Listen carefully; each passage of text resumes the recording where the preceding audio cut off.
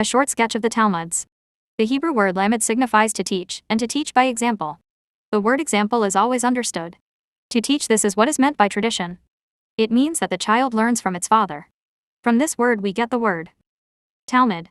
We also have the word shana, which means to learn, and gomer, which means having learned or having ceased to learn.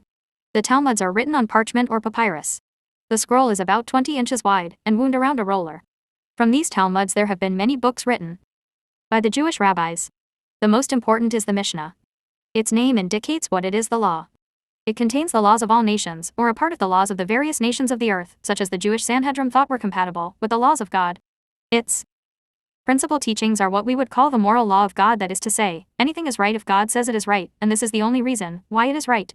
This work has been the great reference book for the Jewish rabbis in all ages. It was translated and compiled by Illocal, and is a very useful book for scholars. The next in point of value is the Tosafta. This word in the Hebrew means treatment, and contains mainly the ritual of the temple service. It is a very extensive work, and is really a regulator of human life, containing the dealings of husband and wife, parent and child, master and pupil. In fact, it enters into all the details of life with such thoughtfulness and in such a beautiful style that it should be exceedingly interesting to the young. It certainly contains the finest system of morals in the world. Then comes the Mehilta, which means government in the Hebrew language. This book tells of the organization of the Sanhedrin and its powers, both the greater and the less, the greater to be composed of 70, and the less of 24. These two legislative bodies had jurisdiction of the whole of the Jewish commonwealth. Although they possessed great power, it was not absolute. There was another court that exercised the highest authority of the nation. That was the court of elders and priests. This court consisted of 12 men, and its chairman was the high priest. It decided all appeals and could not be appealed from. This is the court that tried Jesus of Nazareth, and although it was a court of appeals, it had exclusive jurisdiction of capital crimes. I will give the form of a trial of an accused in this court, as it is given 3 Mehilta. At the time that Jesus was tried by this court, the Jewish government had been deprived of its executive power. This was one of the concessions in the capitulation to Augustus Caesar. At this time the Roman emperor's consent had to be obtained, though he had to use the Jewish soldiers, for the Romans had only 100 soldiers at Jerusalem. They were continually engaged in war, and needed all their soldiers at home. When an accused person was brought before this court of the high priests, they held a preliminary trial in order, if possible, to force a plea. If they could not, the accused was sentenced, and then sent to the common authority, or governor, for his approval. The accused was then remanded to the high priest, and from him to the Sanhedrin, with the charges written out and the names of the witnesses by which they had been proved. If they proved the decision of the high priest, the prisoner was sent back to the high priest for his final trial. This court of 12 men was required by the Jewish law to fast and pray 1 whole day before the trial commenced. They were then required to bring the Urim and Thummim out of the holy place where they were kept, and to place them before the high priest. The high priest was closely veiled, so that no one could see him, thus representing God doing his work. Then there was what was called the lactis, consisting of 2 men, one of whom stood at the door of the court with a red flag in his hand, and the other sat on a white, or some distance on the road that led to the place of execution. Each of these men continually cried the name of the criminal, his crime, and who were the witnesses, and called upon any person who knew anything in his favor to come forward and testify. After the testimony was taken, the 11 men cast lots or voted, and their decision was shown to the high priest. As he was too holy to act by himself, but only as the mouthpiece of God, he went up to a basin, or a ewer, as it is called by them, and washed his hands in token of the innocence of the court, thus testifying that the criminal's own action had brought condemnation on himself. As soon as the soldiers saw this, they took the man to the place of execution, and there stoned him till he was dead. Not one of them was allowed to speak, not even to whisper, while the execution was going on. Nothing was heard but the pelting of stones and the shrieks of the criminal. To my mind, this would be a most awful mode of death, and one that would be likely to deter others from committing crime. Now, I ask the reader to consider the mode of a Roman execution, and see what a beautiful chain of divine providence is brought out in the execution of Jesus of Nazareth. There was a law in the criminal code of the Romans, enacted by Melisen, a philosopher by nature, who taught that if a man was accused of a crime and was tried and found not guilty, he should be publicly chastised. His reasons were that the man had acted improperly, so much so that he had created suspicion. This would seem to give license to an enemy to work mischief. But the same philosopher had a remedy at hand, and that was, that any man who accused another, and failed to prove it by 2 witnesses, should suffer the punishment the other would have suffered had he been proved guilty. After the whipping was over, the Roman officer washed his hands, thereby declaring that the actions of the man had produced his own chastisement. Thus, after Pilate had Jesus scourged, he washed his hands, forever clearing the Roman government of the blood of Christ. The reader must remember that the soldiers who brought Jesus from the court of the high priest were Jewish soldiers.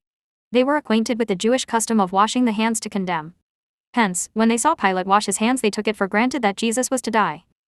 One might say that this would relieve the actors of responsibility in this matter. But if a man seeks to injure me, and I by my sagacity avert the injury he intended and change it into a blessing, would that change the guilty intention of the first party? We also learn from the Mechilta that the Jewish Commonwealth was divided into districts, such as Palestine, Galilee, Judea, and so on. Each of these states had its courts and legislatures, presided over by a high priest. This is the reason we have so many high priests spoken of in the New Testament history. These states were subdivided into smaller divisions, each of which was presided over by a magistrate who was an officiating priest. If anyone will read the Mechilta, he will see clearly the government of the United States of North America, and as the laws of the Jewish nation were all dictated by the God of heaven, we should appreciate them the more. The Safra means, in the Hebrew language, cornerstone or foundation rock, which goes to show that all these laws were founded upon God's word, or authority. This is quite an extended work, and is full of quotations from the various works of the ancient world. I would love to read this carefully for a year, and give extracts to the people. I am sure that this little volume will so stir American scholars that these things will be brought before the reading world. But I would advise whoever does it not to trust to the printed copies of the Jewish rabbis, but go as I did to the original manuscript at Byzantium and get it as it was written by its author. One more book I must call attention to, that is, the Sifri. This is more of a chronological and biographical work than anything else, and is by far the most valuable work of them all. It gives the history of the great events of all of them, and mentions the names of all the actors of those events, in a detailed account of the birth, lineage, deaths, as well as all the wise sayings of such men as Abraham, Joshua, Moses, David, Solomon, and many others. I would like to give many extracts from this work. They would be of deep interest to the American people, as well as of great benefit to the young and rising generation. There is one extract I must give. It will be read with great interest by the Independent Order of Odd Fellows in America. Jacob had 12 sons, and when he saw that there were strife and dissatisfaction among them, he went and got him 12 sticks, and when he had bound them together with strong bands, he gave them to his eldest son, and asked him to break them. He tried, but could not. Then he gave them to the next, and so on until each one down to the youngest had tried to break them. And when they had all failed, the father took the bundle of sticks and untied them. He gave one to the eldest and told him to break it. He did so. And then he gave one to the next, and so on, till all the sticks were broken, and each one had done his part. And Jacob said, "Now, my sons, you must learn 2 lessons from this. The first lesson is, what neither one of you could do, you all combined can do, and the second lesson is, when you are all bound together you cannot be broken." Besides these there are the Pisikta and Midrashim.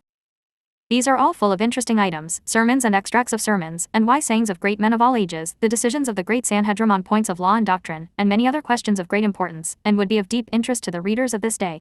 Now, the reader must bear in mind that these several books that have been noticed are all taken from the Talmud of the Sanhedrin, which was made at Jerusalem. These books were compiled by Hillel II, soon after the destruction of the Holy City, and were made so that if the scroll should be destroyed they might be preserved in these. After these, other translations were made to relieve the necessity of the Jews in their dispersed condition, such as the Nagad, Kikkel, Midrash, and so on. But, remember, all these works were compiled from the original Talmuds by the Jewish priests, who, of course, would leave out everything that had a tendency to favor the Christian religion. In all such works we need not expect to find anything about Jesus of Nazareth. But this by no means proves that such records are not to be found. We must go to the original scrolls, and there we may expect to get the truth, as the following work will show. Therefore let the reader read and judge for himself. Constantine's letter in regard to having 50 copies of the scriptures written and bound.